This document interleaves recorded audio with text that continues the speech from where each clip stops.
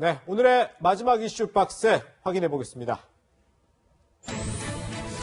택시 가면 미스테리, 코로나19 소식입니다. 네, 관련한 자세한 이야기 서울대우 중앙대 약학대학 교수와 나눠보겠습니다. 먼저 오늘 오전에 발표된 코로나19 현황부터 살펴보겠습니다.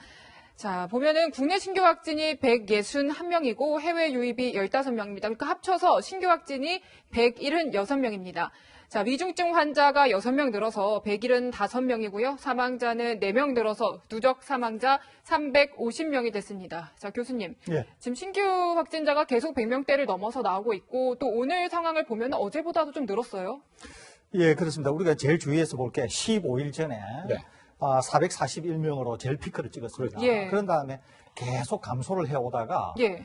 오늘부터 지난 이틀 전까지 총 3일까지 약간 반등을 하면서 심지어 오늘은 좀 더 확진자 수가 많아지는 네. 그런 양상. 그러니까 전체적으로 본다고 하면은 100명 후반대에서 횡보를 하고 있다. 네. 100명 중반이나 100명 후반대에서 횡보를 하고 있다. 이렇게 볼 수 있습니다. 네. 네. 방역 당국에서 이것을 빨리 두 자리 숫자로 떨어뜨리고 싶어 하는데 그렇죠. 그렇게 되지 않고 예. 100명대 중반에서 횡보를 하고 있어서 그런 데 대한 걱정이 크다 이렇게 볼 수 있고요. 예. 집단 감염이 곳곳에서 생기고 있어서 내용적으로는 네네. 상당히 나쁘다 이렇게 볼 수 있겠습니다. 네. 네. 이 추이가 중요한 이유가 바로 이 수도권의 강화된 사회적 거리두기 2단계, 이른바 2.5단계를 향후 어떻게 해 갈지와 직접 연관이 돼 있기 때문입니다. 오늘 정세균 국무총리 이렇게 얘기했습니다. 강력한 사회적 거리두기에도 불구하고 지난주 목요일 이후 하루 확진자가 100명대 중반에서 좀처럼 떨어지지 않고 있습니다. 수도권에서의 강화된 방역 조치가 완료되는 주말을 목전에 두고 있어 더욱 고민이 큰 상황입니다. 하루 이틀 상황을 좀 더 보면서 전문가들의 의견까지 충분히 듣고 앞으로의 방역 조치 방향을 결정하겠습니다. 네. 교수님, 지금 네. 수도권에 사회적 거리두기 2.5단계 2주째 이어지고 있잖아요. 이제 주말이면 또 한 주 할지 말지 결정을 해야 될 텐데 어떻게 해야 될까요? 당국의 고민이 굉장히 깊을 걸로 보는데요. 그렇겠죠. 저는 네. 어제 다른 방송국에서 연장이 될 것 같다 이렇게 네. 조심스럽게 점을 쳤습니다. 네네. 이제 그 이유가 확진자 수가 좀 더 늘어나면서 예. 더 걱정거리는 감염 경로를 모르는 게 네. 지금 20%에서 25% 정도 예, 예. 됩니다. 그러니까 감염 경로를 모르는 게 이게 너무 높은 거예요. 네. 그렇게 되면은 계속적으로 확진자 수가 네네. 이게 조절이 안 될 가능성이 많습니다. 네. 거기에다가 제가 2.5단계가 연장이 될 거라고 조심스럽게 점치는 이유는 예. 지금 이제 2.5단계가 끝나는 시점부터 추석까지가 거의 2주 정도 남게 되는데요. 예. 2주 정도 남아있는 동안에 우리가 훨씬 더 노력해서 떨어뜨려야 예. 추석을 맞을 수가 있거든요. 예. 그런데 지금 2.5단계를 13일 날에 만일에 2단계로 가게 되면은 네. 남아있는 2주 동안에 좀 더 악화될 가능성이 있고 그러면서 추석을 맞을 가능성이 있는 것이거든요. 네네. 네. 그런데 이제 소상공인이나 자영업자는 굉장히 지금 고통을 호소하고 있지 않습니까? 그렇죠. 그러니까 정부 예. 당국으로서는 웬만하면은 위험성을 좀 감수하고라도 예. 2단계를 가고자 하는 의욕은 있는데 예. 그럼에도 불구하고 지금 지표 자체가 너무 나쁜 거예요. 네. 그래서 혹시라도 2단계로 가게 될 경우에는 예. 더 악화된 상황에서 추석을 맞을 수 있고 네. 그렇게 되면은 이 악화된 것을 되돌리기가 더 어렵지 않겠나 이런 매우 심각한 고민을 하고 있는 것으로 보입니다. 네. 그래서 저는 차라리 그럴 바에야 한 일주일 정도 더 연장을 해서 네네. 2.5단계를 하는 게 어떤가. 기본적으로 저는 그런 생각을 좀 가지고 있습니다. 네, 연장을 하는 게 좋겠다고 해주셨는데 지금 이 상황에서 사실 사망자도 꽤 되지 않습니까? 2주간 30명 정도인데 뭐 위중증 환자도 그렇고 고령증 환자도 계속 늘고 있잖아요. 그렇습니다. 문제가 이제 중증 환자가 너무 많이 늘어난다는 네. 거예요. 어제 중증 환자가 6명이 늘었습니다. 그래서 지금 중증 환자가 175명이나 되고 있거든요. 예. 거기에다가 확진자 수가 계속 나오게 되면은 이 확진자 수의 적게는 5%, 많게는 10% 정도가 위중증으로 빠지게 되고 네. 이것은 일주일을 기점으로 해서 계속 이제 환자들이 나오게 됩니다. 네. 그렇기 때문에 향후에도 위중증 환자가 나올 가능성이 많은 거죠. 네. 거기에다가 6명이 6명씩이나 이렇게 중증 환자가 나온다고 하는 거는 너무 많이 나오는 거예요. 네. 거기다가 지금 일부 지자체는 이미 중증 환자 병상이 없는 데다가 예. 수도권에도 지금 중증 환자 병상이 거의 다 소진이 되었을 겁니다. 네. 그러니까 더 중증 환자가 많이 나오게 되면은 의료 체계도 상당히 부담이 되는 수준이고 또 사망자도 더 나올 수 있기 때문에 그런 점에서 지금 상황이 굉장히 내용적으로 또 관리 측면에서도 굉장히 나쁘다 이렇게 볼 수 있겠습니다. 네.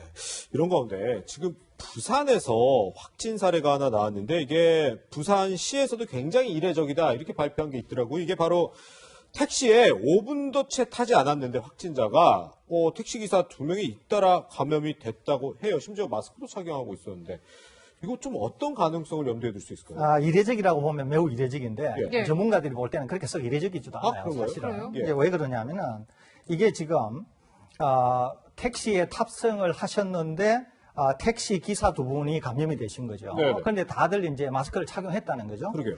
이게 이제 굉장히 중요한 지점이 몇 개 있는데 그것을 하나씩 보겠습니다. 예. 우선 하나는 정말 마스크 착용을 올바르게 했나 이것이 대단히 중요합니다. 그러니까 예. 코를 내놓지 않고 마스크 착용을 정말 올바르게 했나. 네. 그럼에도 불구하고 만일에 이렇게 감염 확산이 일어났다 그러면은 당국에서 굉장히 신중하게 봐야 됩니다. 왜 그러냐면은 지금 허용이 된 마스크가 3종류가 있다고 제가 저번에 이 방송에서 말씀을 드렸죠. 네, 말씀해 주시죠. 그것은 다들 바이러스를 충분히 막을 수 있는 것이거든요. 네. 그런데 그런 마스크를 올바르게 착용했는데도 감염 확산이 일어났다. 그러면은 마스크의 품질에 대해서 상당히 심각한 의문을 제기를 할 수가 있습니다. 예. 네. 그러는데 만일에 마스크도 올바로 착용했고 예. 또 정말 제대로 된 마스크를 착용을 했는데도 감염 확산이 일어났다. 네. 이렇다고 해도 또 어떤 문제가 생기느냐 하면은 마스크를 손으로 만졌을 경우에 택시에서 내리고 난 다음에 손으로 만진 그 바이러스가 눈, 코, 입으로 감염이 될 수도 있는 것이거든요. 예, 예. 그러니까 단지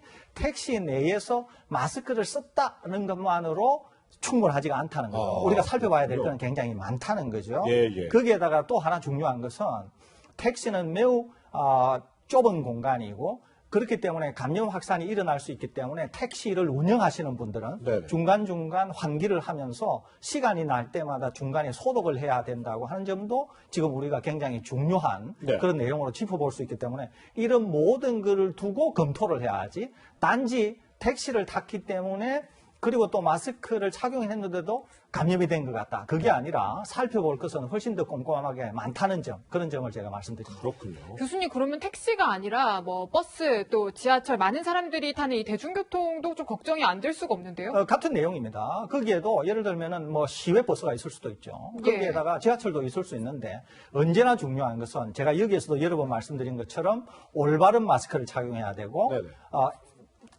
한국식약청의 허가를 받고 또 의약 외품으로 인정을 받은 것을 착용을 해야 되고 예. 두 번째는 반드시 마스크를 코를 덮으면서 온전하게 올바르게 착용해야 된다. 그런 말씀을 드렸지 않습니까?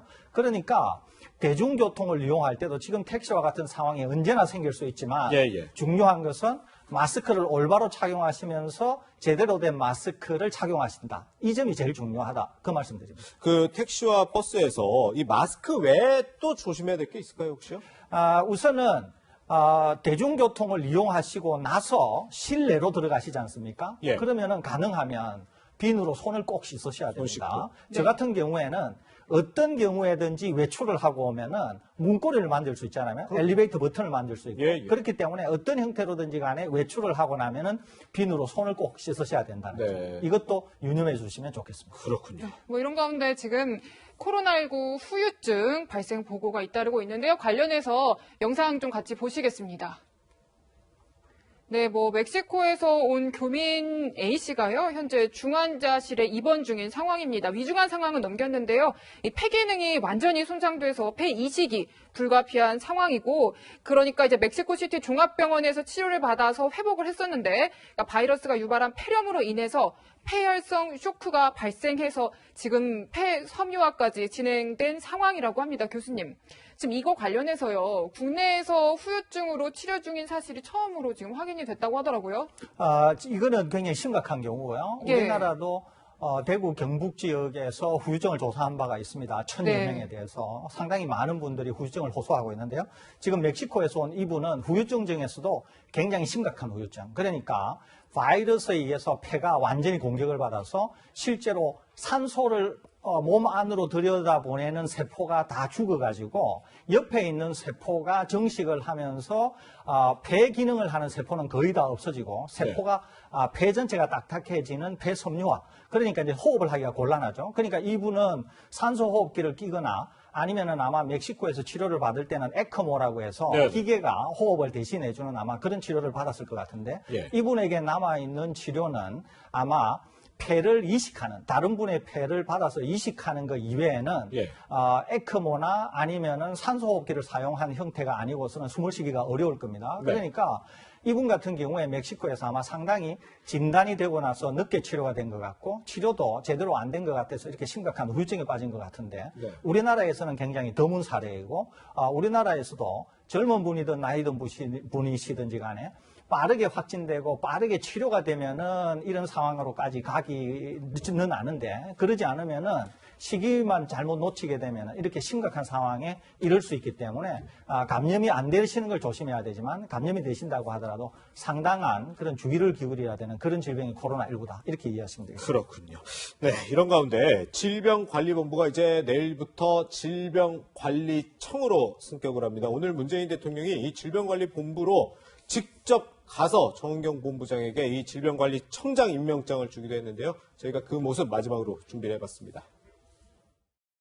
세계에서 모범으로 인정받은 우리 K방역의 영웅 정은경 본부장님이 승격되는 질병관리청의 초대 청장으로 임명되신 것에 대해서도 축하 말씀을 드립니다. 앞으로 다가올 수 있는 그런 국민 건강을 위협하고 또 사회 안전을 위협할 수 있는 그런 신종감염병에 대해 보다 전문적이고 보다 체계적으로 그리고 또 선제적으로 대응하라는 그런 국민의 뜻이라고 받아들이고 있습니다. 저희 직원 모두 한마음으로 온 힘을 다해서 코로나19의 극복과 또 감염병 컨트롤 타워로서의 역할을 충실히 이행할 수 있도록 최선의 노력을 다하도록 하겠습니다.